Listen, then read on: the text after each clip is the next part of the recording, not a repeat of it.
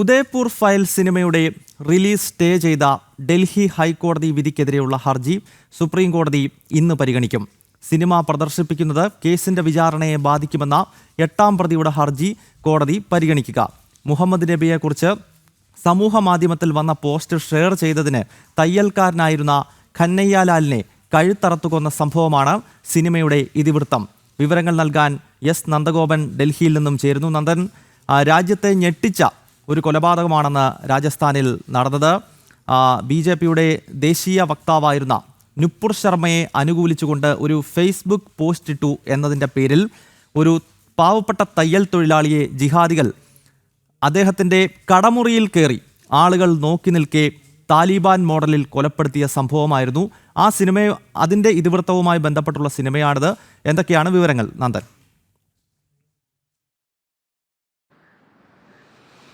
2002 ഉദയ്പൂരിൽ ഈ ഒരു സംഭവം ഉണ്ടാകുന്നത്.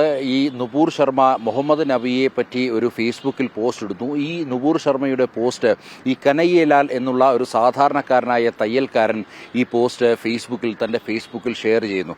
അതിനുശേഷം ഇദ്ദേഹം തയ്യൽ കടയിൽ തൻ്റെ ജോലി ചെയ്തുകൊണ്ടിരിക്കുമ്പോഴായിരുന്നു ഈ പറയുന്ന തീവ്ര ഇസ്ലാമിസ്റ്റുകൾ കടയിലേക്ക് കടന്നു വരികയും അവിടെ ഈ താലിബാൻ മോഡലൊരു ആക്രമണം നടത്തുകയും ചെയ്യുന്നത്.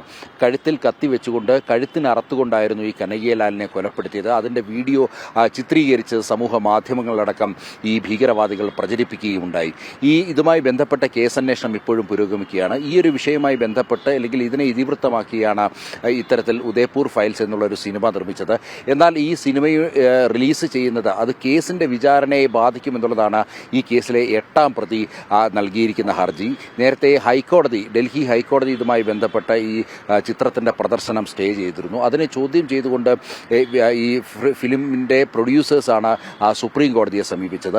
മാത്രമല്ല ഈ മുസ്ലിം മതപണ്ഡിതന്മാരുടെ സംഘടനയും ഈ ചിത്രത്തെ എതിർത്തുകൊണ്ട് അല്ലെങ്കിൽ ചിത്രത്തിൻ്റെ റിലീസിനെ എതിർത്തുകൊണ്ട് സുപ്രീം കോടതിയെ സമീപിക്കുകയുണ്ടായി.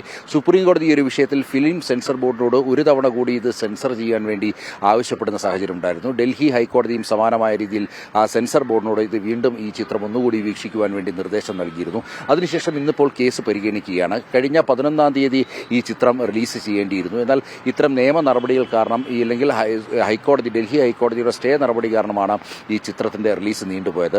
ചിത്രം ഇനിയും ഈ റിലീസിംഗ് തീയതി വീണ്ടും നീട്ടിക്കൊണ്ടു പോകുന്നത് അത് വലിയ രീതിയിൽ സാമ്പത്തികമായി അടക്കം പ്രതികൂലമായി ബാധിക്കുമെന്നുള്ളതാണ് ഈ ചിത്രത്തിൻ്റെ നിർമ്മാതാക്കളടക്കം ചൂണ്ടിക്കാണിക്കുന്നത്. മാത്രമല്ല ഇതുമായി ബന്ധപ്പെട്ട് ഈ ചിത്രം പുറത്തു വരുന്നത് ഒരു തരത്തിലും മതമൈത്രിക്കോ അല്ലെങ്കിൽ മറ്റേതെങ്കിലും തരത്തിലോ കേസിൻ്റെ വിചാരണയോ ഒന്നും ബാധിക്കില്ല എന്നുള്ളതും ഈ ഇതുമായി ബന്ധപ്പെട്ട പ്രൊഡ്യൂസർ ചൂണ്ടിക്കാണിക്കുന്നു.